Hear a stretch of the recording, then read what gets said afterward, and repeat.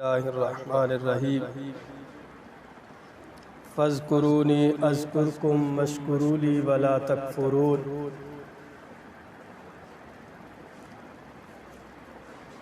مالک کائنات خالق ارض و سما نے کلام مقدس کے مختلف مقامات پر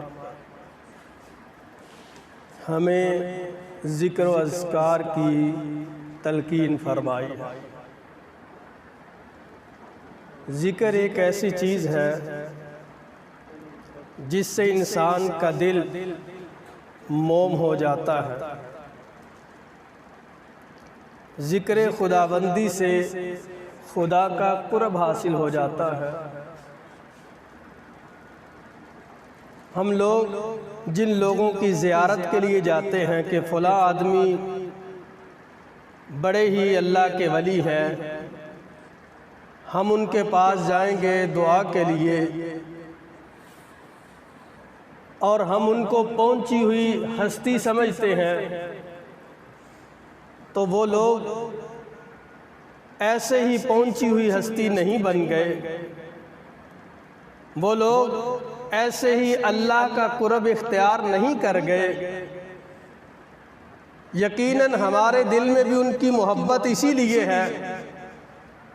حدیث میں آتا ہے کہ ایک آدمی جو اللہ کے قریب ہو جاتا ہے، رب العالمین فرشتوں سے کہتے ہیں کہ میرے فرشتوں، اس بندے سے میں محبت کرتا ہوں، تم بھی محبت کرو، اور جاؤ دنیا والوں کو جا کر اعلان کر دو، منادی کر دو کہ دنیا والوں، اس انسان سے رب العالمین محبت کرتے ہیں، دنیا والوں تم بھی اس سے محبت کرو۔ اور پھر دنیا والوں کے دل میں اس آدمی کی محبت پیدا ہو جاتی ہے۔ ہم لوگ اس کے جا کر ہاتھوں کو چومتے ہیں، ہم لوگ ان کے قرب اختیار کرتے ہیں۔ دعا کیجئے کہ اللہ پاک ہمیں بھی اپنا قرب نصیب فرما دے۔ تو بات یہ کر رہا تھا کہ یہ قرب جو ان کو ملا ہے، یہ اللہ کے ذکر سے ملا۔ اللہ فرماتے ہیں الا بذکر اللہ تطمئن القلوب، دلوں کو سکون، دلوں کو چین، دلوں کو راحت، دلوں کو آرام میرے ذکر سے ملتا ہے۔ اور ان لوگوں کی زندگی ہمارے لیے بڑی سعادت والی زندگی ہوتی ہے، اور ان لوگوں کے اندر خدا کی محبت کوٹ کوٹ کر بھری ہوتی ہے۔ تو ایسے نہیں ہمارے دلوں میں ان کی محبت آ جاتی، اصل میں فرشتہ آ کر اعلان کرتا ہے کہ دنیا والوں، اس انسان سے رب محبت کر رہا ہے، تم بھی محبت کرو۔ تو ذکر و اذکار میں اپنا دل لگانا، یہ ہمیں اپنا معمول بنا لینا چاہیے۔ آئیے اب رمضان المبارک کا ذکر کیا ہے۔ رمضان المبارک کے چند ایام بقایا ہے، جیسے آنے کی ہمیں خوشی تھی، اب یہ جا رہا ہے، تو ہمارے دلوں میں اس کی، جسے کہتے ہیں مغموم ہے دل، کہ یا الہی جو رحمتوں والا، برکتوں والا، سعادتوں والا ہمیں تو نے مہینہ عطا کیا تھا، اسے تو لے کر جا رہا ہے، ہم کر کچھ نہیں پائے۔ اس چیز کا غم ہے کہ ہم نے نیند کی آغوش میں اپنا وقت گزار دیا۔ رات اگرچہ چھوٹی سی، وہ بھی ہم نہیں جاگتے، نہ جاگے، اور جو جاگتے ہیں ان کے پاس کوئی نہ کوئی بہانہ ہے جاگنے کا۔ کوئی گیم کھیل رہا ہے، کھیلنے میں منع نہیں کرتا۔ کوئی موبائل پہ ویسے اپنی فیس بک آئی ڈی چلا رہا ہے، چلائے میں روکتا نہیں۔ کوئی ٹک ٹاک کا شوقین ٹک ٹاک چلاتے ہوئے رات گزار رہا ہے، گزارتا جائے، میں نہیں روکتا۔ مگر میں ایک آپ سے، بچوں سے، بوڑھوں سے، جوانوں سے، جس انداز میں بھی آپ جاگ رہے ہیں، ایک ریکویسٹ کروں گا کہ آپ جاگتے رہیں اور ٹک ٹاک چلاتے رہیں، فیس بک چلاتے رہیں، مگر یہ آپ کے جاگنے کا بہانہ ہے، مگر اس کے ساتھ ساتھ اپنی زبان پہ سبحان اللہ و بحمدہ کا ترانہ بھی جاری رکھیں۔ لا الہ الا اللہ محمد الرسول اللہ پڑھتے رہے۔ کبھی لا الہ کو الگ بیٹھ کر نا، ایک پتہ کی بات بتا دو، لا الہ کا ورد جو ہے نا، امام کائنات علیہ السلام نے فرمایا افضل ذکر لا الہ الا اللہ، تمام ذکروں سے افضل لا الہ کا ذکر۔ الگ بیٹھ کر لا الہ پڑھتے ہوئے جب الا اللہ کا وقت آئے، اپنے دل پہ کاری ضرب لگا کر اللہ کو یاد کرے، میرا رب آپ کے دل کی دنیا بدل دے گا۔ دوسرا وظیفہ درود ابراہیم، جو میں اکثر آپ سے ریکویسٹ کرتا ہوں کہ میرے پیغمبر علیہ السلام پہ درود پڑھیں۔ تیسرا وظیفہ سبحان اللہ و بحمدہ، سبحان اللہ العظیم کا ترانہ زبان پہ جاری رکھیں۔ چوتھا وظیفہ صرف سبحان اللہ و بحمدہ، اللہ کے نبی فرماتے ہیں جو صرف سبحان اللہ و بحمدہ دن میں 100 مرتبہ پڑھے گا، اس کے گناہ سمندر کی جھاگ کے برابر ہوں گے، میرا رب سارے کے سارے معاف فرما دے گا۔ اور اگر کوئی مکمل پڑھتا ہے سبحان اللہ و بحمدہ سبحان اللہ العظیم، تو حدیث پیغمبر ہے، صحیح بخاری کی آخری حدیث، کلمتان حبیبتان الی الرحمن خفیفتان علی اللسان ثقیلتان فی المیزان، فرمایا 2 کلمے اللہ کو بڑے پسند ہیں، زبان پہ ہلکے ہیں ادا کرنے میں، ہلکے سے بالکل، اور وزن میں کل قیامت کے دن بہت بھاری ہو۔ وہ کون سے ہیں؟ یہی سبحان اللہ و بحمدہ سبحان اللہ العظیم۔ چوتھا وظیفہ استغفر اللہ و اتوب الیہ، استغفر اللہ الذی لا الہ الا هو الحی القیوم و اتوب الیہ۔ جتنا رزق چاہتے ہیں خدا سے لینا، اتنا استغفار بڑھاتے جائیں، میرا رب آپ کے رزق میں اضافہ کرتا جائے۔ بڑھا کر دیکھ لیں، جو 100 دفعہ پڑھتے ہیں 200 دفعہ پڑھ کر دیکھیں، جو 200 دفعہ پڑھتے ہیں 500 دفعہ کر کر دیکھیں۔ آپ کا کام نہیں ہوا 1000 دفعہ کر کر دیکھ لے، پھر بھی نہیں ہوا 2000 مرتبہ کر کے دیکھ لے، میرا رب آپ کے کاموں کو آسان فرما دے گا، رزق میں برکت فرما دے گا۔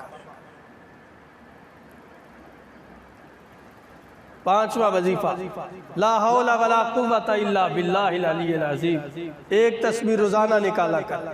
اللہ کے پیغمبر علیہ السلام نے فرمایا یہ جنت سے ہے، جنت کے خزانوں میں سے۔ تو جنت میں کوئی غم ہوگا؟ جنت میں کوئی پریشانی ہوگی؟ جنت میں کوئی دکھ ہوگا؟ نہیں، یہ جنتی وظیفہ ہے، جو آدمی اس وظیفے کو کرے گا میرا رب سارے غم دور فرما دے گا۔ اور آئیے اب یہ جو آخری ایام ہے، جو ہم جاگتے ہیں اور فارغ بھی ہیں، کوئی کام بھی نہیں ہے، تو رمضان المبارک کا سب سے بڑا وظیفہ، یہ تو میں آپ کو آگے پیچھے بھی بتاتا رہتا ہوں، یہ والے وظائف اکثر و بیشتر آج اکٹھے بتا دیے ہیں۔ رمضان المبارک کا سب سے بڑا وظیفہ، رمضان کا اس کے ساتھ گہرا تعلق ہے، اور وہ کیا ہے؟ کلام الہی، خدا کا قرآن، اللہ کا پیغام۔ میسج آتا ہے نا ہمیں تو ہم فوراً دیکھتے ہیں، بلکہ میری تو عادت ہے، آپ کی بھی یہی ہوگی، آدھے گھنٹے کے بعد واٹس ایپ ضرور چیک کرنا ہے، کسی کا میسج تو نہیں آیا۔ اب واٹس ایپ کی دور ہے نا، چیک کرتے ہیں، اور اگر آیا ہے تو اس کو ریپلائی کرتے ہیں۔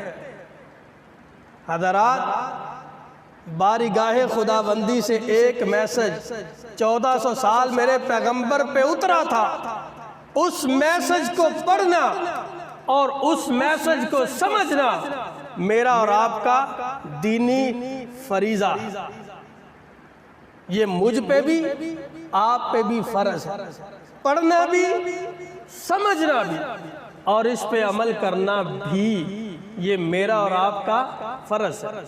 آج سے میں بھی اور آپ بھی خداوند قدوس عالم کے ساتھ اپنا رابطہ مضبوط کریں۔ اس میسج کے ذریعے خدا کے ساتھ تعلق کیا ہوتا ہے؟ مضبوط۔ وہ جو ولی میں نے بتائے ہیں نا، وہ ولی ساری رات قرآن کی تلاوت کیا کرتے تھے۔ وہ جو ولی ہیں نا اللہ کے، جن کے بارے میں ہمارے دلوں میں محبت ہے، وہ اللہ کا ذکر سارا دن کرتے تھے۔ میں نے اپنے نانا جان کو دیکھا رمضان المبارک میں صبح کے وقت قرآن کی تلاوت شروع کیا کرتے تھے، اعتکاف کی حالت۔ آ رہے نا دن آگے اعتکاف، کوشش کرے بیٹھ۔ اللہ اکبر، صبح قرآن کی تلاوت کرتے، فجر کی نماز کے بعد شروع کرتے اور رات مغرب کے تک اللہ کے پورے قرآن کی تلاوت فرما دیا کرتے۔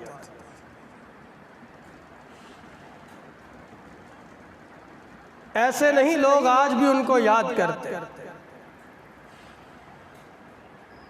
بہت سے اور بھی ولی، یہ جتنی گدیاں ہیں حضرات، لوگ حضرت علی حجویری رحمہ اللہ کا نام آج بھی کیوں زندہ ہے؟ اللہ کے ولی تھے۔ پیر میر علی شاہ صاحب کا نام کیوں زندہ؟ بریلوی مکتبہ فکر کے لوگ ہیں، کیوں نام زندہ ہے؟ محنتیں کی۔ پیر کرم شاہ صاحب کا نام کیوں زندہ ہے؟ محنتیں کی۔ مولانا احمد علی لاہوری رحمہ اللہ کا نام کیوں زندہ ہے؟ محنتیں کی۔ حضرت احسان الہی ظہیر کا نام کیوں زندہ ہے؟ اللہ کے دین کا کام کیا۔ حضرت حبیب الرحمن کا نام کیوں زندہ ہے؟ اللہ کے دین کا کام کیا۔ حق نواز جنگوی کا نام کیوں زندہ ہے؟ اسار القاسمی کا نام کیوں زندہ ہے؟ حضرات، ان کے مکتبہ فکر الگ ہونے سے وہ کوئی کافر نہیں ہو گئے، وہ کوئی دائرہ اسلام سے خارج نہیں ہو رہے گئے۔ ان لوگوں کے نام اگر زندہ ہیں تو انہوں نے دین کے لیے محنتیں کی، اللہ کے قرآن کے لیے اوپر کام کیا، نبی کی سنت پہ کام کیا، اس لیے آج ان کے نام زندہ ہیں۔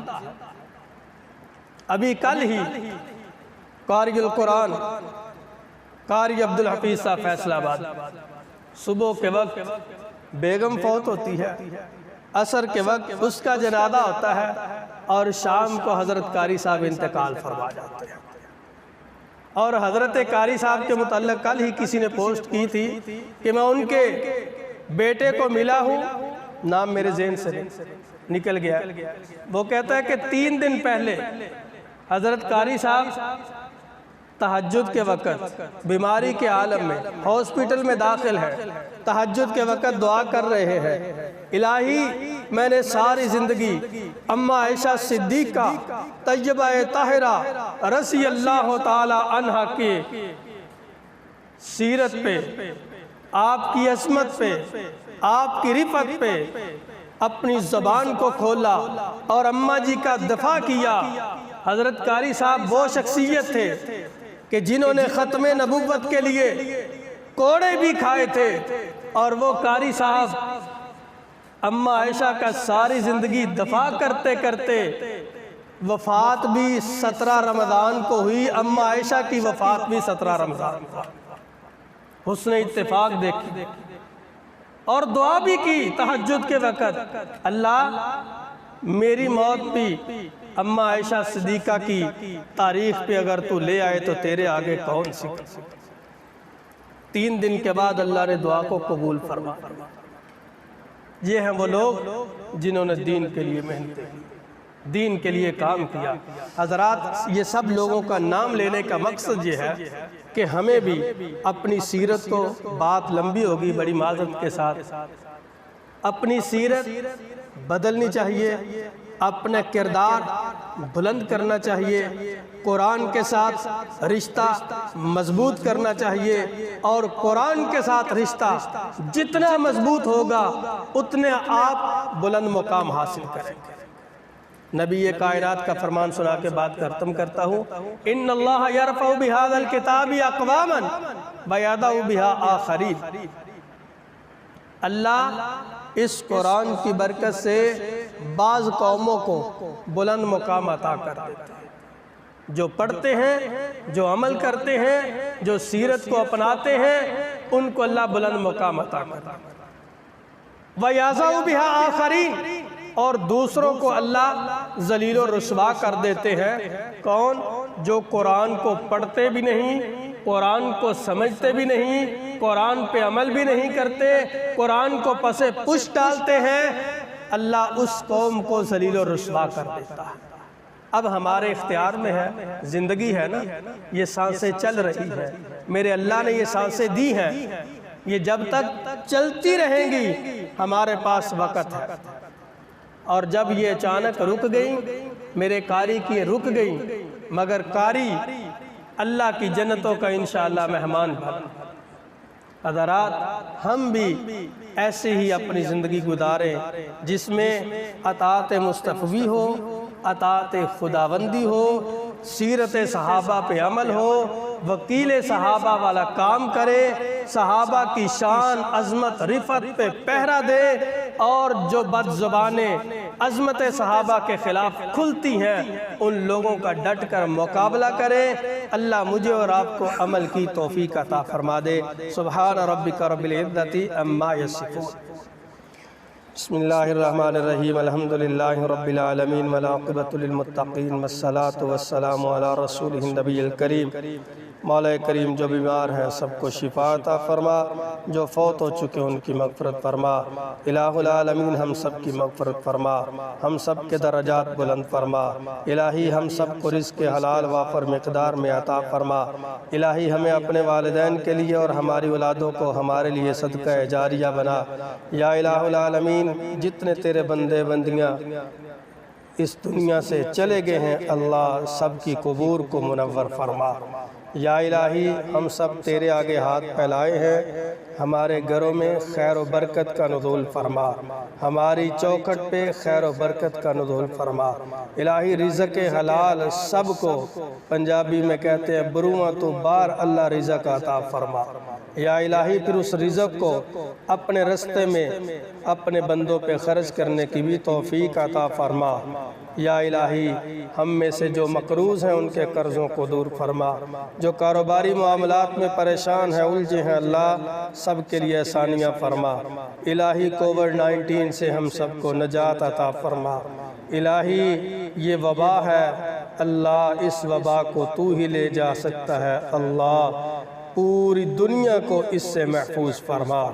یا الہ العالمین ہمارا ہمسایہ ملک انڈیا اس وقت اس کی سخت لپیٹ میں ہے، اللہ وہاں کے ہر انسان کو اس وبا سے محفوظ فرما۔ یا الہ العالمین ملک پاکستان کے رہنے والوں کو بھی اس وبا سے محفوظ فرما۔ یا الہی رمضان کے چند دن بقایا ہے، ہمیں قدر کی توفیق عطا فرما۔ اللہ تو ہم سب کی نصرت و اعانت فرما۔ سبحان ربک رب العزت عما یصفون، وسلام علی المرسلین، والحمدللہ رب العالمین۔ فطرانہ آپ لوگوں نے ادا کرنا ہے، اگرچہ دن کافی ہے ابھی، مگر فطرانہ 140 روپے تقریباً آپ کا بنتا ہے۔